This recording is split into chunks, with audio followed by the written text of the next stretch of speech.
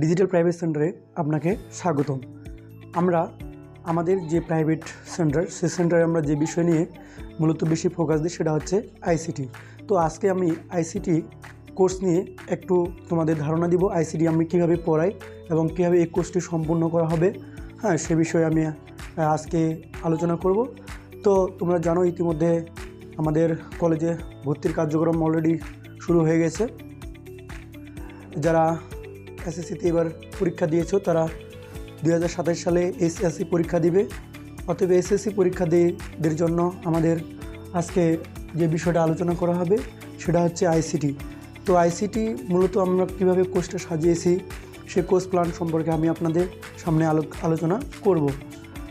তো আইসিটি কোর্সটি মূলত 3 মাসে 6 মাসের হয়ে থাকে।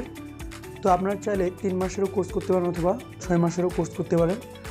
তো স্পেশালি যদি আরও কম সময়ে করতে চাও তাও কম সময়ে করতে পারো। তো অ্যাকচুয়ালি আমরা আইসিটি কীভাবে কোর্সটা সম্পূর্ণ করে, তো আমাদের প্রাইভেট সেন্টারে আসলে 3 দিন ফ্রি যাচাই ক্লাস করার কী থাকে, সুযোগ থাকে।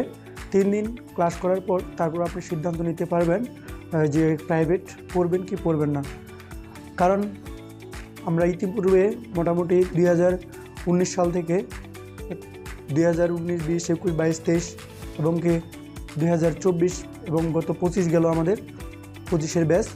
সেই ব্যাচও আমি মোটামুটি অসংখ্য স্টুডেন্টকে প্রাইভেট পড়িয়েছি। তোমাদের স্ক্রিনে দেখতে পাচ্ছ একটা ভিডিওর চিত্র, এই ছিল আমাদের সকল শিক্ষার্থী। তো আমরা এই কোর্সটি সম্পূর্ণ কীভাবে করবো এবং কোর্স ফির ডিউরেশন এবং কোর্স ফি হচ্ছে কত সেই বিষয় নিয়ে আলোচনা করব। আমরা কোর্স ফির ডিউরেশনটা ধরে নিতে পারি হচ্ছে 6 মাস।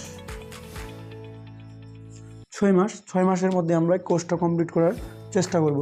আমরা জানি যে আইসিটি যারা হয়তো বা ইতিপূর্বে বই কিনে ফেলছো বা অনেকে কিনে নাই, তারা অলরেডি জানেন যে এই আইসিটিতে আমাদের মোট 6টি অধ্যায় রয়েছে। 1, 2, 3, 4, 5, 6টি অধ্যায় রয়েছে।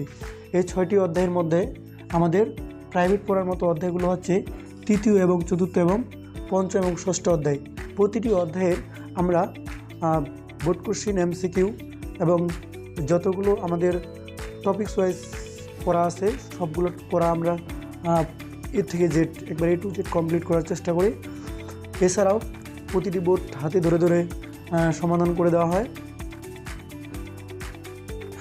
প্রতিটি অধ্যায়ে টপিকস ওয়াইজ আবার অধ্যায়ভিত্তিকও পরীক্ষা নেওয়া হয়। আপনারা চাইলে সব কিছু যাচাই বাছাই করে দেখতে পারেন। তো আর বেশি কিছু বলতে চাচ্ছি না। আমার স্ক্রিনে দেখতে পাচ্ছ একটি ব্যানার। তো এই ছিল মোটামুটি বিষয়। ধন্যবাদ। Thank you so much.